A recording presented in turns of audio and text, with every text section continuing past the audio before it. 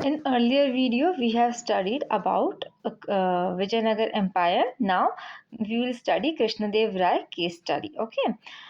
Who was Krishnadev Rai? Ruler of Vijayanagar Empire, Tulwar dynasty, ruled from 1509 to 1529 CE, and he is considered the greatest and the most powerful ruler of Vijayanagar Empire. Okay, his period is called the Golden Age of Vijayanagar.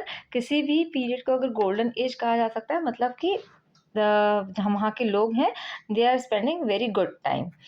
So why it is called the golden age of Vijayanagar?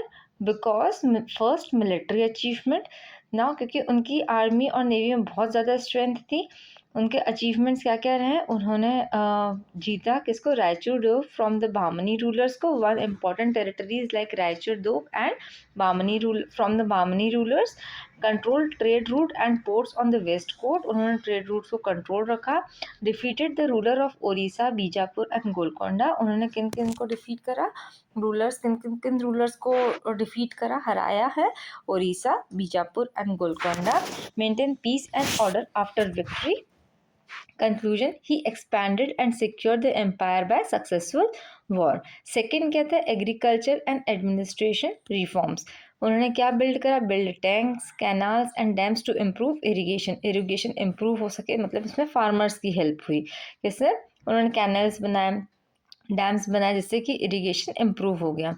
Encourage cultivation of new lands, जिससे कि cultivation हो सके ना. Encourage करा. उन्होंने कहा कि आप यहाँ पे भी कल्टिवेट करो. नए नए उन्होंने लैंड्स दिखाए फॉर द कल्टिवेशन.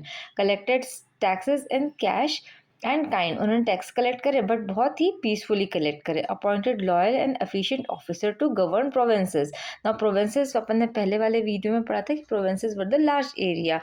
सो उन्होंने क्या करा था? Which was controlled by officers. तो उन्होंने लॉयल और एफिशिएंट ऑफिसर्स को अपॉइंट करा हुआ था. Administration was strict but fair.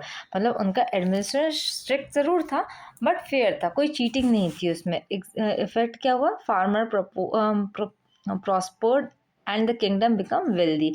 Farmers बहुत खुश हुए इस चीज़ से और किंगडम धीरे धीरे वेल्दी होने लग गया. नाउ थर्ड है trade and economic growth. Exported spices, diamond, cotton, silk and precious stone. मतलब क्या क्या एक्सपोर्ट करा उन्होंने? स्पाइसेस करे, डायमंड्स करे, कॉटन, सिल्क एंड बहुत सारे कुछ प्रीशियस स्टोन होते थे, वो एक्सपोर्ट स्टार्ट करा. ऐसे धीरे धीरे क्या होता है कि Hampi become the richest market in the south India. बहुत ज़्यादा रिचेस्ट मार्केट हो गया वो. Foreign travellers like Domingo who was a Portugal praised his wealth and discipline in market. उन्होंने क्या कहा? उन्होंने प्रेज करा. दे सेड कि उनको बहुत अच्छा लगा वहाँ का वेल्थ और डिसिप्लिन मार्केट का, उन्हें बहुत अच्छा लगा ना. धीरे धीरे क्या हुआ? सक्सेस क्या हुआ? Vijayanagara become a major international trade centre. Exports होते थे तो इसी कारण वो विजयनगर क्या हो गया? मेजर इंटरनेशनल ट्रेड सेंटर बन गया. Now fourth, art and architecture and culture. Peter and Dravidian temple architecture. Build and repair many temples. उन्होंने क्या करा? बहुत सारे टेम्पल्स को तो रिपेयर करा और बहुत सारे बनाए भी.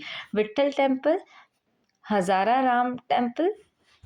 Encourage building of gopurams and mandapams. The exterior wall of the temple were also adorned with sculpture depicting scenes from Ramayana. उन्होंने वॉल्स जो बनाई थी टेम्पल्स के बाहर, वो रामायण के सीन्स से स्कल्पचर करी हुई थी. Another remarkable structure in Hampi was elephants stable. Virupaksha temple dedicated to lord Shiva. Pampa Devi is the local goddess. तो Domingo Piaz said that Vijayanagar was a grand, beautiful and rich as Rome. उन्होंने क्या कहा था कि विजयनगर कैसा है? बहुत ही ब्यूटीफुल है और बिल्कुल रोम से कंपेयर करा था उन्होंने. He compare Vijayanagar to Rome because it was very big, very wealthy and very impressive. So वो बहुत ज़्यादा इम्प्रेस हुए थे रोम से. सो उन्होंने उन्हें कहा था कि Vijayanagar is same as the Rome. Now culture flourished. His court was filled with artists, dancers, and musicians. Literature and intellectual achievement. Spoke several languages including Telugu and Sanskrit. Wrote a famous book in Telugu, Amukta Malyadam. Supported poets like Tenali Ramakrishna. His court has 8 great scholars called अष्टदिग्गज. मतलब कि court में 8 great scholars रखे हुए थे.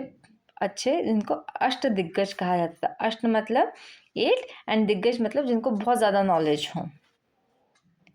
Telugu literature reach its highest glory. इससे क्या हुआ कि तेलुगु लिटरेचर बहुत ज़्यादा आगे बढ़ गया। So in this video we have covered case story of Krishnadeva Raya. In next video we will studying about Bamani kingdoms.